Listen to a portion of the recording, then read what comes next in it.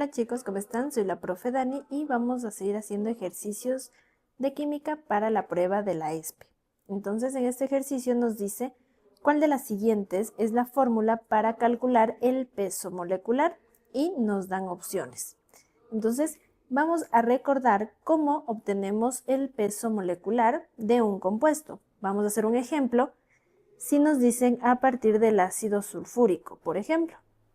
Aquí vamos a poner todos los elementos en vertical, en este caso sería el hidrógeno, el azufre y el oxígeno. Primero vamos a poner el peso atómico de cada uno de estos elementos. Entonces tenemos el del hidrógeno, va a ser 1 gramo sobre mol, del azufre tenemos 32 gramos sobre mol y del oxígeno 16 gramos sobre mol. Esto lo vamos a multiplicar por la cantidad de átomos o el número de átomos que vayamos a tener de cada uno de estos elementos. ¿En dónde nos vamos a fijar?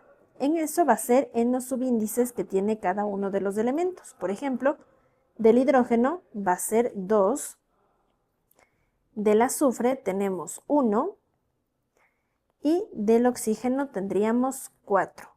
Entonces, si multiplicamos, esto nos va a quedar 2, 32 y 64.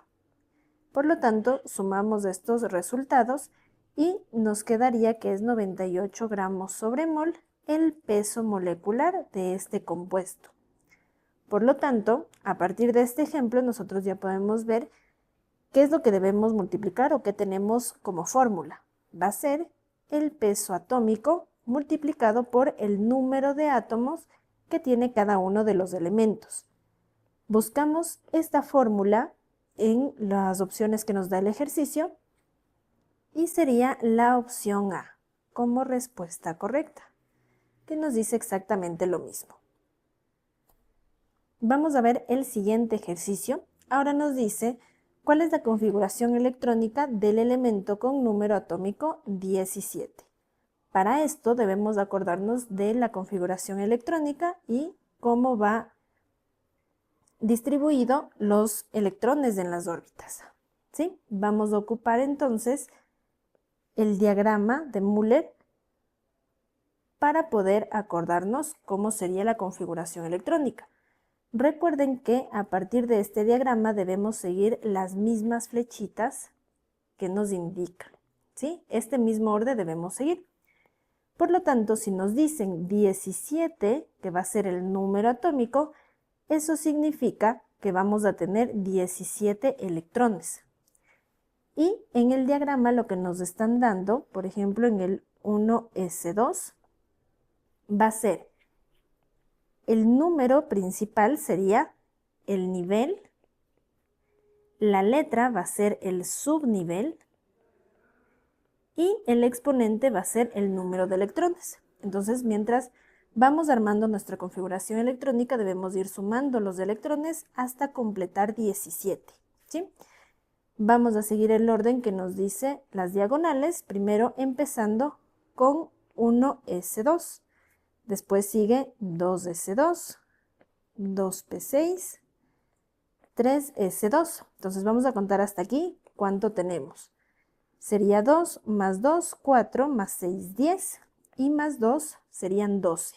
No llegamos todavía a 17, por lo tanto vamos a continuar. Estamos aquí y nos tocaría ahora el 3p. ¿Cuántos electrones nos faltarían para llegar a 17? Van a ser 5. Y ahora sí ya tenemos la configuración electrónica de este elemento que tiene número atómico de 17 o 17 electrones, contando con los exponentes.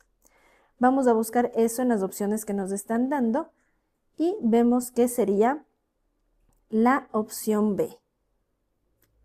Otra forma también para poder resolver este ejercicio es ver que en las otras opciones nos dan errores.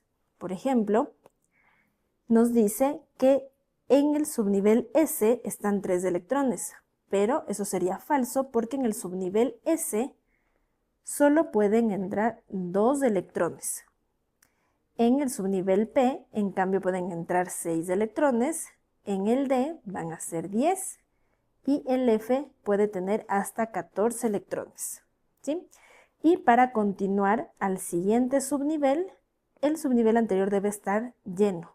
Entonces, eso también podemos ver en el literal D, en donde no se llena el subnivel P y se pasa al siguiente subnivel, y este también tiene un error que tiene 3 electrones. En el literal C, en cambio, también tenemos 3 electrones para ese subnivel S que solo le alcanzan 2. Entonces, por ahí también podríamos ver cuál sería la respuesta correcta.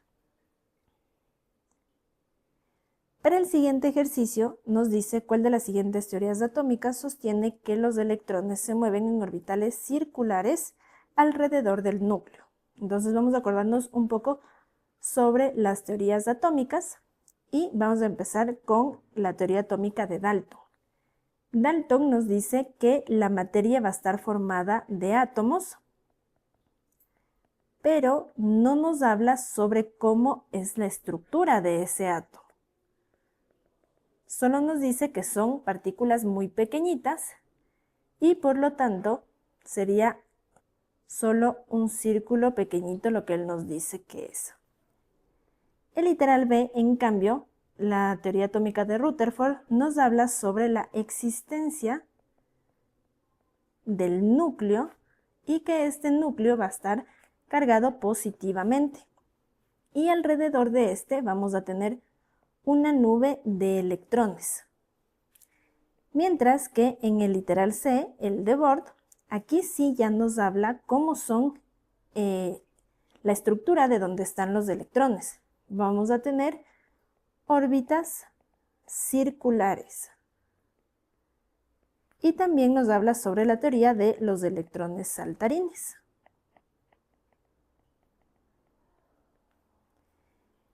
En el literal, en cambio de la teoría atómica de Schrödinger, en cambio nos habla sobre el orbital atómico. Y cómo vamos a tener aquí una mayor probabilidad de encontrar un electrón.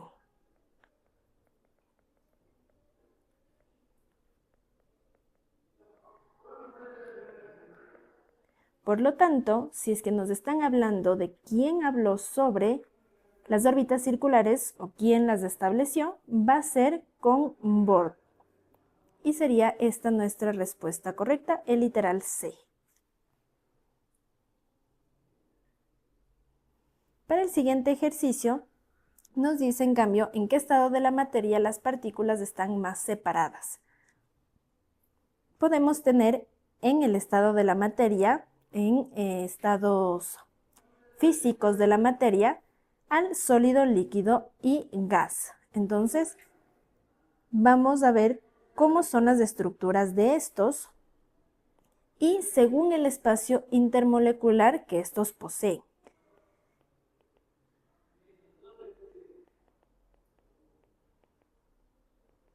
Entonces vamos a ver que el espacio entre las partículas o las moléculas que tiene el estado sólido son muy pequeñitas.